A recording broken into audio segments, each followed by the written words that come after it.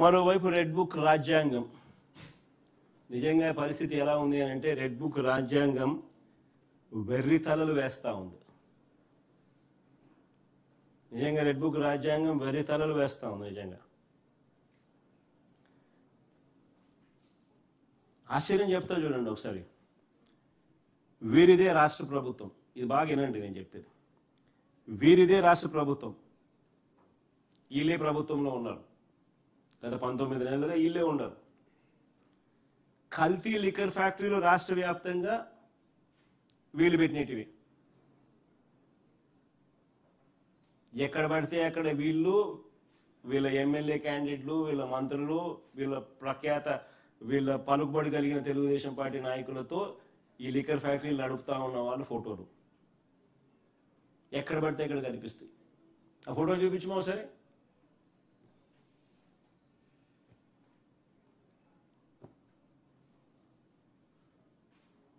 ఇంతకుముందు చూపించినా మళ్ళీ ఒకసారి. అన్నమయ్య జిల్లా తంబళ్ళపల్లిలో బాగా ఇలా పూజలు గీజలు చేసి బాగా స్టార్ట్ చేసినారు కల్తీ లిక్కర్ ఫ్యాక్టరీలు. నందమూలకల చెరువు చూడండి, బాగా బాక్సులు కూడా బాగా కట్టినారు. మళ్ళీ బ్రాండ్ పేర్లు కూడా, లేబుల్ కూడా వాళ్ళే తయారు చేస్తున్నారు. టకాని అతికించడం, కల్తీ మధ్య మీద వీళ్ళకి కావాల్సిన బ్రాండ్ పేరు పెట్టడం. మళ్ళీ డిస్ట్రిబ్యూషన్ ఛానల్ అంతా వీళ్ళే. ప్రైవేట్ షాపులు, వీళ్ళ మనుషులే ప్రైవేట్ షాపులు. నీట్గా డిస్ట్రిబ్యూషన్ కూడా కరెక్ట్గా వీళ్ళ మనుషులకే పోతుంది. వీళ్ళే నీట్గా డిస్ట్రిబ్యూషన్ కూడా చేసేస్తారు. ఇది కాక బెల్ట్ షాపులు ఉన్నాయి, ఇది కాక పర్మిట్ రూమ్లు ఉంటాయి. డిస్ట్రిబ్యూషన్ ఛానల్ కూడా వీళ్ళదే. So వీళ్ళదే government. ఇంకా ముందు అమ్మ ఇది సీజ్ చేసినప్పుడు కానీ ముందు చూడు నీట్గా బాటిళ్ళ మీద లేబుల్ కూడా నీట్గా అతికిచ్చేసి యాది ఒరిజినల్ యాది నకిలీ అని ఎవరికి తెలియకోకుండా 3వ పెగ్గుకు వచ్చేసరికి 4వ పెగ్గుకు వచ్చేసరికి ఏం తాగుతున్నాడో ఎవరికేం తెలియదు, అన్నీ ఒకటే అనే లెవెల్లోకి తీసుకుపోతున్నారు. కానీ ముందు బామ్మ ఇది ఇబ్రహీంపట్నంలో ఇది డిస్ట్రిబ్యూషన్ నెట్వర్క్ చూడండి. ఇది తెలుగుదేశం పార్టీ కంటెస్టెడ్ క్యాండిడేట్. ఆయన పేరు జయచంద్రారెడ్డి, తెలుగుదేశం పార్టీ ఇన్ఛార్జ్, ప్రస్తుత ఇన్ఛార్జ్ ఫర్ ములకల చెరువు. ములకల చెరువు మండలం అంటే తమ్మలపల్లి కాన్స్టిట్యున్సీ. కానీ ముందు ఎనికి బామ్మ ఆయన జయచంద్రారెడ్డి, ఆయన కంటెస్టెడ్ క్యాండిడేట్ తెలుగుదేశం పార్టీ. చూడు చంద్రబాబు నాయుడు బీఫామ్ ఇస్తా, మళ్ళీ ఆయన పార్ట్నరు ఇంకొక ఆయన జనార్దన్ రావు, వీళ్ళంతా. కానీ ఇంకొక ఆయన సురేంద్ర నాయుడు. చూడు లోకేష్ గారితో ఫోటో 1000 వాల్ట్ బల్బుల్లా మళ్ళా లిక్కర్లో వ్యాపారం పెట్టుకున్నారు కాబట్టి ఫేస్లో షైన్ కూడా కనపడుతుంది.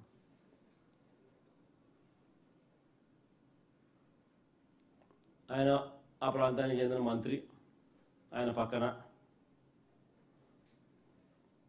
ఒక నిమిషం, ఇది అనకాపల్లి పరవాడ ఉత్తరాంధ్ర. కానీ ముందు నీట్గా ఇది సేమ్ మోడస్ ఆపరెండిని లేబుళ్ళు గీబుళ్ళు అంతా. ఈయన ఎవడంటే స్పీకరు. ఆయన పక్కన ఎవడు అని అంటే ఆయన పాత్రుడు సన్నిహితుడు రుత్తుల రాము. చూడు నీట్గా ఇద్దరు బ్రహ్మాండంగా. ఆ నవ్వులో కూడా చూడండి 1000 వాట్ బల్బ్ మాత్రం నవ్వుతున్నారు మళ్ళీ. కానీ ముందు రామలాపురం సేమ్ మోడస్ ఆపరెండి మిషన్తో సహా దొరికినారు. కానీ ఇది పాలకొల్లు. కానీ ముందు ఇది ఏలూరు,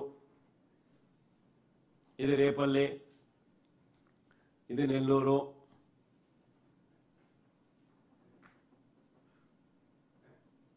కుటీర పరిశ్రమ మాదిరి ఏకంగా ప్రతి చోట నడిపిస్తూ ఉన్నారు. ఇక్కడే నేను చెప్తా ఉన్నా, వీరిదే రాష్ట్ర ప్రభుత్వం. కల్తీ లిక్కర్ ఫ్యాక్టరీలు రాష్ట్ర వ్యాప్తంగా పెట్టింది వీళ్ళ మనుషులే. వీరివే లిక్కర్ షాపులు, డిస్ట్రిబ్యూషన్ నెట్వర్క్, వీరివే బెల్ట్ షాపులు, వీరివే పర్మిట్ రూమ్లు. గమనించండి ఒకసారి. ప్రభుత్వం వీరిదే, పోలీసులు వీళ్ళ వారే, మ్యానుఫ్యాక్చరింగ్ వీరిదే, డిస్ట్రిబ్యూషన్ వీరిదే. ఇంక నేను అడుగుతా ఉన్నా, వీళ్ళ రెడ్ బుక్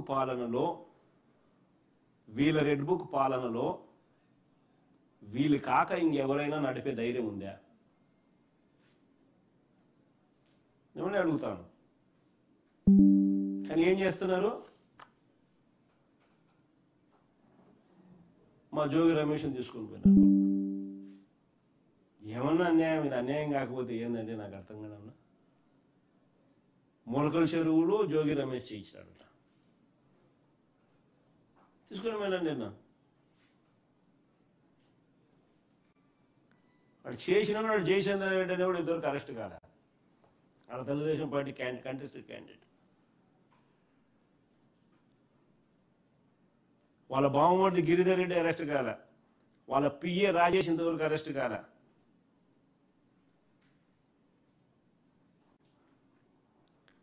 మూలకల చెరువులోనూ వీళ్ళే, ఇబ్రహీంపట్నంలోనూ వీళ్ళే, అనకాపల్లిలోనూ వీళ్ళే, ఆముదాల వలసలోనూ వీళ్ళే. ఇంకా నేను ఇంతకుముందు చెప్పినా చూసినా ఈ పేర్లన్నీ నెల్లూరు దగ్గర నుంచి, ఏలూరు దగ్గర నుంచి, పాలకొల్లు దగ్గర నుంచి, రేపల్ల దగ్గర నుంచి ఇంకంతా ఎవరెవరు చేస్తూ ఉన్నారో మీ అందరికీ కూడా కళ్ళ ముందే కనిపిస్తూ ఉంది.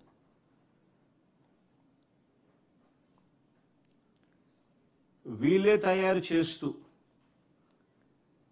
వీళ్ళ ప్రభుత్వంలో వీళ్ళే ఉండి, వీళ్ళ ప్రభుత్వంలో వీళ్ళే తయారు చేస్తూ, వీళ్ళే వీళ్ళ కల్తీ మద్యాన్ని వీళ్ళ డిస్ట్రిబ్యూషన్ నెట్వర్క్, వీళ్ళ షాపులు, వీళ్ళ బెల్ట్ షాపులు, వీళ్ళ పర్మిట్ రూమ్ ద్వారా వీళ్ళే అమ్ముతూ, తప్పుడు వాంగ్మూలాలతో అన్ని వీళ్ళే చేస్తూ, కానీ తప్పుడు వాంగ్మూలాలు, తప్పుడు సాక్ష్యాలు వీళ్ళే క్రియేట్ చేస్తూ, వీళ్ళకున్న అధికార దుర్వినియోగం చేస్తూ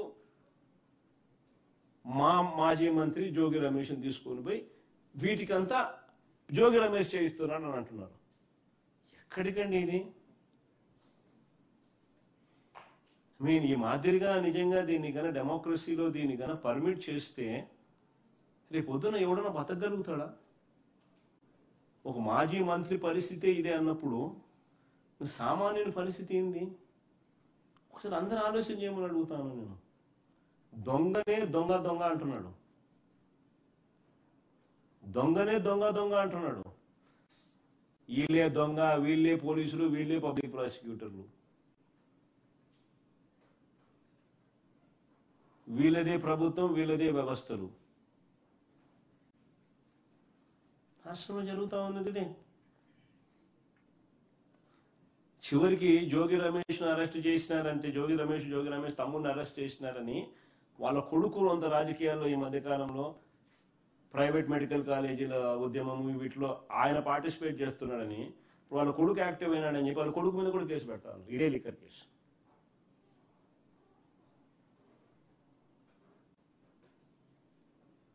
ఆ పిల్లోడికి మొన్న పెళ్ళి అయింది పాపం. ఏదో మీ వయసులో ఉంటాడు పిల్లోడు పాపం, యంగ్స్టర్, ఇంకా 30 ఏం రాలా, 25, 26, 27 ఉంటాయి పాపం. ఆ పిల్లోని కూడా దీంట్లో తీసుకొస్తే కార్యక్రమం చేస్తూ ఉన్నారు. కేవలం మన ప్రైవేటీకరణకు వ్యతిరేకంగా ఆ పిల్లోడు వాళ్ళ ఆయన ఆప్షన్స్లో ఆ పిల్లోడు కార్యక్రమాలు చేసినట్టు,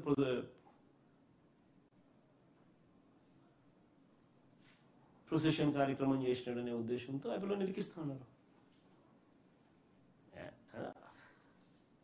ఈ రెడ్ బుక్ రాజ్యాంగం నిజంగా ఇంకా ఏ స్థాయిలో ఉంది అని అంటే, ఇంకొక ఎగ్జాంపుల్ కూడా చెప్తున్నా.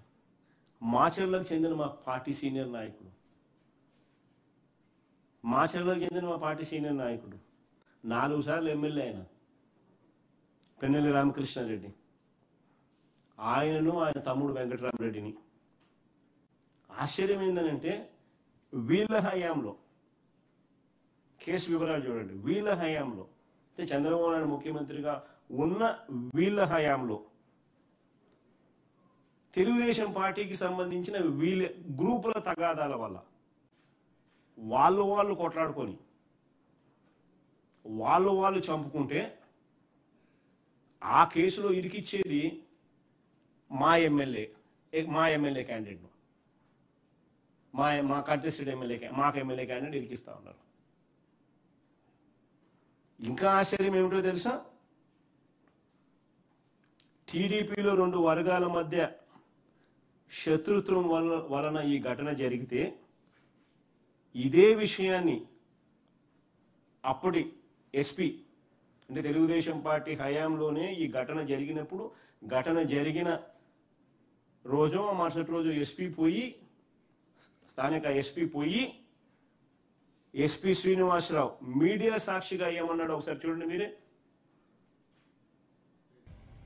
గుంటపాడు గ్రామానికి వెళ్ళినటువంటి దారిలో బోధులపాడు వద్ద ట్యూబెల్ మీద వచ్చినటువంటి జవిశెట్టి వెంకటేశ్వరరావు అలియాస్ మద్దయ్య మరియు జవిశెట్టి కోటేశ్వరరావును బ్లాక్ స్కార్పియోలో గుద్దడం జరిగింది. ఇందులో చనిపోయిన వారికి కోట చంద్రయ్య గారి కుటుంబానికి ఎటువంటి బంధుత్వం లేదు. మరియు ఇద్దరు కూడా టీడీపీ పార్టీకి చెందిన వారే. దీనికి గల కారణాలను మరియు నిందితులను పట్టుకోవడానికి టీమ్స్ ఏర్పాటు చేయడం జరిగింది. అందరం కూడా దీని విషయంలో ప్రయత్నాలు చేస్తున్నాం. చనిపోయిన వారిద్దరూ టీడీపీ వర్గీయులే. సుమారు 5 గంటల ప్రాంతంలో గుంటపాడు గ్రామానికి వెళ్ళినటువంటి దారిలో బోధులపాడు వద్ద ట్యూబెల్ మీద వచ్చినటువంటి జవిశెట్టి వెంకటేశ్వరరావు అలియాస్ మద్దయ్య మరియు జవిశెట్టి కోటేశ్వరరావును బ్లాక్ స్కార్పియోలో గుద్దడం జరిగింది.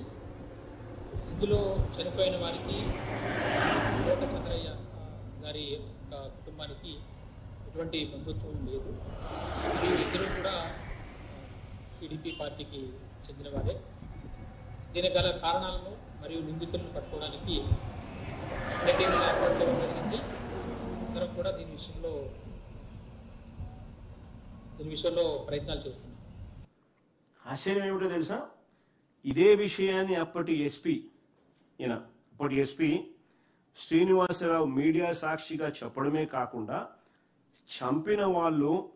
చంపబడిన వాళ్ళు ఇద్దరు టీడీపీ వాళ్ళేనని ఏకంగా ఆ జిల్లా పోలీసు ఆ ఎస్పీ ట్వీట్ కూడా చేశాడు. ఆయన ట్వీట్ ఇది.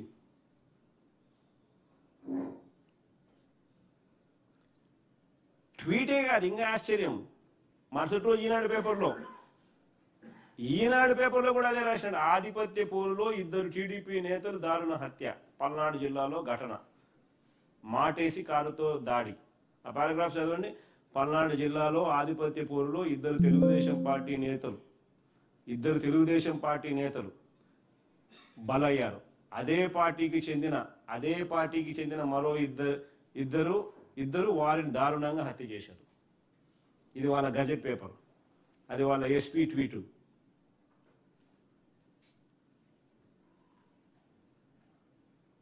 ఈ కేసులో పిన్నెల రామకృష్ణారెడ్డిని వాళ్ళ తమ్ముడిని అరెస్టు. ఎక్కడండి న్యాయము? ఇట్లాంటి చేస్తేనే నక్సలిజం పుడుతుంది.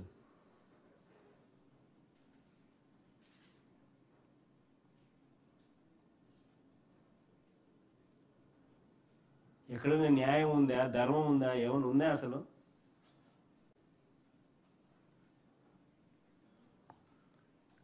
ట్విస్ట్ చేసి తప్పుడు కేసులు పెట్టి పిన్నెల్ని ఇరికించి ఇబ్బంది పెడతా ఉన్నారు. అంతకుముందు కూడా అంతే. అంతకుముందు కూడా ఎన్నికల సమయంలో రిగ్గింగ్ను అడ్డుకున్నందుకు 54 రోజులు జైల్లో పెట్టారు. అంతకుముందు ఇదే పిన్నెల రామకృష్ణారెడ్డిని. చంద్రబాబు నాయుడు గారు ముఖ్యమంత్రి అయిన తర్వాత ఈ 19 నెలల కాలంలో ఏకంగా పిన్నెల రామకృష్ణారెడ్డి మీద పెట్టిన కేసులు ఎన్నో తెలుసా? 16 కేసులు పెట్టారు.